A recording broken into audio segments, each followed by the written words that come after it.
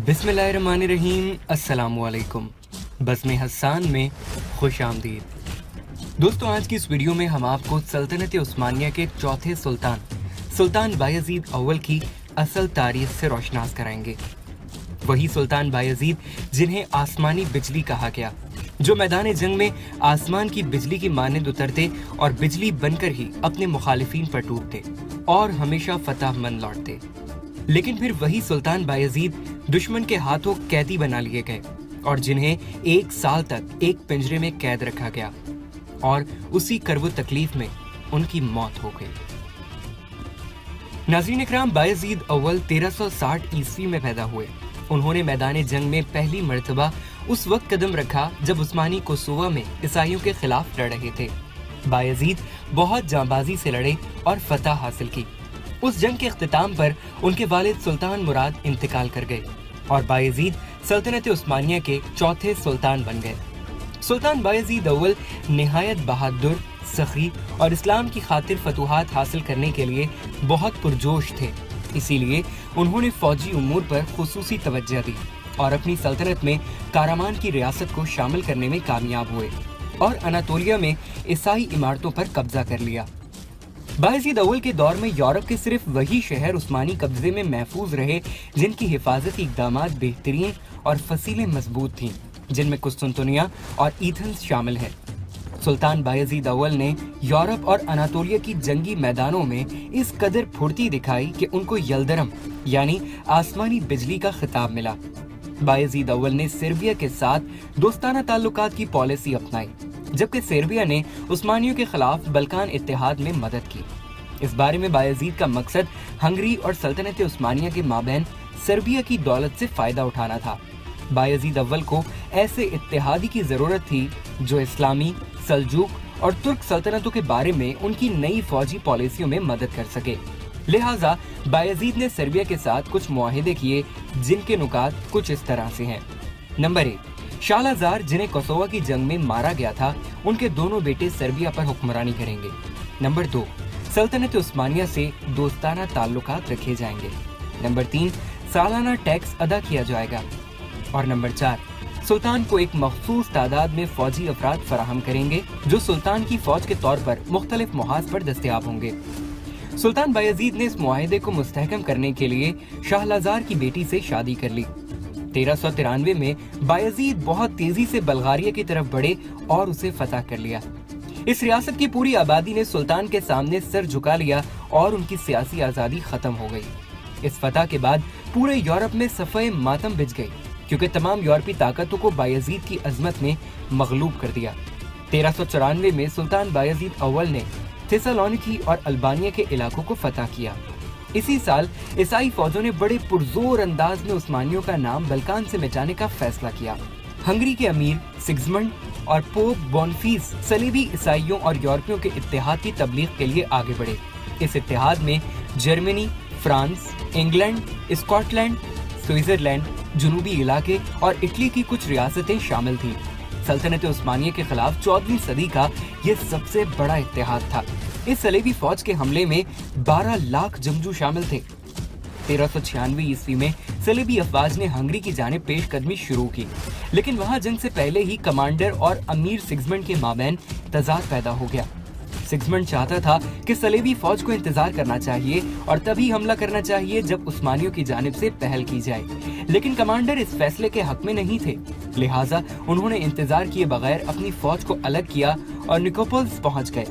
यहाँ उस्मानियों और सलेबियों के माबैन घमासान की जंग हुई। बायज़ीद के साथ 1 लाख जंगजू थे, जो सलेबी फौज के मुकाबले में बहुत कम थे, लेकिन वो फौजी निजाम और जंगी आलात के हवाले से सलेबियों से कई गुना आगे थे।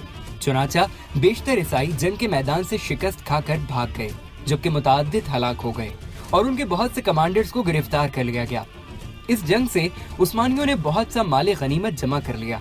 हंगरी का अमीर सिग्ज़मंड, जिसे अपनी फौज पर बड़ा नाज और एतमाद था और जिसने बड़े गुरूर से कहा था कि अगर आसमान हम पर गिर पड़ा तो हम उसे अपने नेज़ों पर उठा लेंगे, वो भी मैदान जंग से भाग गया। निकोपोलिस की जंग के बाद हंगरी का वकार और मर्तबा यूरोपी मुआशरे की निगाह में बहुत कम हो गया और उनका हिटाइटी महल जमीन बोझ हो गया। इस फतह से खुश होकर सुल्तान बायजीद अव्वल ने दारुल हुकूमत बुरसा में जामिया मस्जिद के नाम से एक शानदार मस्जिद तामीर कराई और यूरोपीय इस्लामी दुनिया में हर तरफ खुशी की लहर दौड़ गई। बायजीद को अमीर ऑफ रोम का खिताब मिला, जो इस बात का सबूत था कि वो मुसलमानों की दौलत के ईमानदार वारिस हैं और उन्होंने जजीरा अनातोलिया की हुक्मरानी हासिल कर ली है। हजारों मुसलमान अनातोलिया की तरफ हिजरत कर गए क्योंकि वो सल्तनत उस्मानिया की खिदमत करना चाहते थे। 1391 ईस्वी में बायजीद ने पहली बार बाज़ंतीनी सल्तनत के दारुल हुकूमत कुस्तुनतुनिया का मुहासरा किया, जो 7 माह तक जारी रहा। निकोपोलिस जंग से पहले वो बाज़ंतीनी सल्तनत पर दबाव बढ़ाने और कुस्तुनतुनिया में मुसलमानों के मामलात हल करने के लिए उन्हें मजबूर करने में कामयाब हुए। 1393 ईस्वी में बायजीद ने बहरी रास्ते से बाज़ंतीनियों को किसी भी किस्म की मदद तक महदूद रखने के लिए इनाजोल किला तामीर किया। 1395 ईस्वी में बायजीद ने दूसरी बार कुस्तुनतुनिया का मुहासरा किया और इस बार बाज़ंतीनी सल्तनत के अमीर ने बायजीद से मुआहिदा किया और उनकी शराइत को कबूल कर लिया। वो शराइत कुछ इस तरह से हैं। नंबर 1, इस्लामी महकमा दायरा कार का क़याम। नंबर 2, शहर में मसाजिद की तामीर।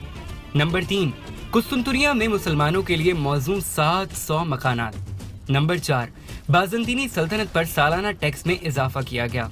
और नंबर 5, कुस्तुनतुनिया में नमाज या अजान की इजाजत होगी। निकोपोलिस की जंग में अजीम फतह के बाद उस्मानियों ने बल्कान में अपने पैर मजबूत करना शुरू कर दिए, जिसकी वजह से वहां बल्कान के लोगों में खौफ व हिरास फैल गया। बोस्निया ने भी सल्तनत उस्मानिया के आगे घुटने टेक दिए। उस्मानी ईसाई जंगजू का सुराग लगाकर उन्हें कमजोर करते रहते ताकि वो दोबारा किसी भी मैदान जंग में सामना करने की जुर्रत न करें। जजीरा मुबारक को फतह करने के बाद सुल्तान बायजीद ने अपनी सल्तनत के कुछ हुक्मरानों को सजा भी दी, जो सलीबी फौज के इत्तेहाद को फौजी मदद फराहम करते थे। बाज़ंतीनी अमीर को सजा देने के लिए बायजीद ने मुतालबा किया कि उसे कुस्तुनतुनिया की हुक्मरानी बायजीद के सुपुर्द करनी पड़ेगी। शाह इम्यूनिल ने सुल्तान बायजीद के खिलाफ यूरोप से मदद की अपील की, लेकिन कोई फायदा नहीं हुआ। हकीकत यह है कि कुस्तुनतुनिया की फतह बायजीद के अव्वलीन मकसद में से एक था। यही वजह है कि वो 1397 ईस्वी में एक अजीम लश्कर के साथ आगे बढ़ा और तीसरी बार कुस्तुनतुनिया का मुहासरा कर लिया। कुस्तुनतुनिया का मुहासरा 1401 ईस्वी तक जारी रहा। इस अरसे के दौरान एक वक्त ऐसा भी आया कि जब बाज़ंतीनी सल्तनत का अमीर शहर से निकलकर भाग जाने के करीब था और कुस्तुनतुनिया उस्मानियों के हाथों में आने ही वाला था, जिसका यूरोप को बेसब्री से इंतजार था। लेकिन सुल्तान बायजीद ने कुस्तुनतुनिया का मुहासरा खत्म कर दिया और मशरिकी इलाकों की तरफ बढ़ना शुरू कर दिया, जिसकी वजह कुछ इस तरह से है। 1400 ईस्वी में मशरिकी एशिया के जंगजू हुक्मरान तैमूर ने मुकामी हुकूमतों को शिकस्त देकर एक वसी सल्तनत तश्कील देने में कामयाबी हासिल की। तैमूर और सुल्तान बायजीद के माबैन तकरार की बहुत सी वजूहात थी। उनमें सबसे अहम बात ये थी कि इराक के वो इलाके जिन्हें तैमूर फतह कर चुका था, वहाँ के अमीरों ने सुल्तान बायजीद से पनाह की तलब की और उनकी पनाह में आ गए। इसी तरह अनातोलिया के अमीरों ने तैमूर की सल्तनत में पनाह ली। ये दोनों मुहाजिरीन बायजीद और तैमूर पर जंग के लिए जोर देते रहे। मजीद ये कि ईसाइयों ने गुमराह किया और तैमूर पर जोर दिया कि वो बायजीद पर हमला करे और उसे हलाक कर दे। दोनों तरफ से ऐसे खतूत लिखे गए जो तौहीन आमेज थे और आग में तेल डालने का काम करते थे। सबसे अहम बात यह है कि दोनों ही हुक्मरान अपनी सल्तनतों को फैलाना चाहते थे और उनकी रियासतों की सरहदें एक दूसरे से टकराती थीं। ये इन दोनों के मामैन झगड़े की असल वजह साबित हुई। तैमूर अपने लश्कर को लेकर आगे बढ़ा और शहर की फसीलों को तोड़ते हुए फौजियों को शिकस्त देते हुए सिवाज शहर को फतह कर लिया। सुल्तान बायजीद तकरीबन 1402 ईस्वी में तैमूर का मुकाबला करने के लिए अपने लश्कर के हमरा अंकारा पहुंचे। 20 जुलाई 1402 ईस्वी को तैमूर ने अंकारा की जंग में उस्मानी फौज को शिकस्त देकर सुल्तान बायजीद को गिरफ्तार कर लिया। सुल्तान बायजीद अंकारा की जंग में शिकस्त खा जाने की वजह से बहुत गमज़दा हुए और 1403 ईस्वी में सिर्फ 1 साल के बाद वो कैद के दौरान ही फौत हो गए। कहा जाता है कि तैमूर ने शुरू में सुल्तान बायजीद के साथ बहुत अच्छा सलूक किया, लेकिन जब बायजीद ने 3 बार फरार होने की कोशिश की तो उसने उन्हें पिंजरे में बंद कर दिया। इस कहानी की सच्चाई के बारे में कुछ नहीं कहा जा सकता। तैमूर के खिलाफ सुल्तान बायजीद की नाकामी के पीछे बायजीद का जंगी जुनून था, जिसकी वजह से उसे तैमूर की हकीकी ताकत का अंदाजा नहीं हुआ। इसके अलावा वो जगह भी किसी लिहाज से जंग के लिए मौजूद नहीं थी जहां सुल्तान बायजीद अपनी फौज के साथ रह रहे थे। पानी की अदम दस्तयाबी की वजह से बायजीद की फौज के बहुत से फौजी हलाक हो गए, क्योंकि वो सख्त गर्मी के दिन थे। जब दोनों लश्कर जंग के लिए आमने सामने हुए तो उस्मानियों का तातारी लश्कर खौफजदा हो गया और अंकारा से भाग निकला। सुल्तान बायजीद और उसकी फौज ने तैमूर के खिलाफ बहादुरी से मुकाबला किया, लेकिन कोई फायदा ना हुआ और तैमूर कामयाब हो गया। तमाम यूरोपीय रियासतें तैमूर की फतह से बहुत खुश थीं। इंग्लैंड, फ्रांस, कश्तला और कुस्तुनतुनिया के अमीरों ने तैमूर को मुबारकबाद दी और मुबारकबाद के खतूत भिजवाए। अब यूरोप का ख्याल था कि वो हमेशा के लिए उस्मानियों के हमले से आजाद हैं, जिसकी वजह से वो बहुत खौफजदा रहते थे। सुल्तान बायजीद को शिकस्त देने के बाद तैमूर ने इज़्निक, बुरसा और बहुत से दूसरे शहरों और कलों को फतह किया। इसके बाद वो आगे बढ़ा और इज़मीर के दरवाजे पर दस्तक दी। आलम इस्लाम तैमूर को लानत मलामत कर रहा था, क्योंकि वो उस्मानी फौज की यूरोप की तरफ बढ़ती हुई राह में रुकावट बन गया था। तैमूर ने साहब तमाम सामान अनातोलिया के अमीर लोगों को वापस कर दिया। इस तरह सुल्तान बायजीद के जरिए वो इलाके जो उस्मानी सल्तनत में शामिल थे वो दोबारा आजाद हो गए। तैमूर ने बायजीद के बेटों के साथ एक और सियासी चाल चली। उसने उनके माबैन गलत फहमियां पैदा करके उन्हें तख्त के लिए लड़ने पर मजबूर किया। सुल्तान बायजीद के 9 बेटे थे जो अपने वालिद के साथ मिलकर हर जंग में लड़ते थे। उनमें से एक का नाम मुस्तफा था, जिसके बारे में कहा जाता है कि वो एक जंग में मारा गया था। दूसरा बेटा मूसा था, जिसे उसके वालिद के साथ ही गिरफ्तार किया गया था। दीगर 3 बेटे मैदान से फरार होने में कामयाब हो गए। उनमें सबसे बड़ा सुलेमान इदरना पहुंच गया और ऐलान किया कि वो इस शहर का हुक्मरान है। ईसा बुरसा पहुंचा और लोगों के सामने ऐलान किया कि वो अपने वालिद सुल्तान बायजीद का जानशीन है। और महमद, जो सबसे छोटा था, अनातोलिया के शुमाल मशरिक में आमस्या की तरफ चला गया। उसके साथ कुछ सिपाही भी थे। इन तीनों भाइयों के माबैन जंग शुरू हुई, जो सल्तनत के छोटे छोटे हिस्सों पर लड़ रहे थे। इस सूरत हाल से दुश्मन वाकिफ थे।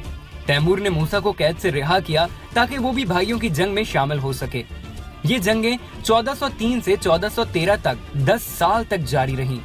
1413 ईस्वी में महमद अव्वल को दूसरे किसी भाई की शमूलियत के बगैर सल्तनत उस्मानिया का अगला सुल्तान कहा जाने लगा।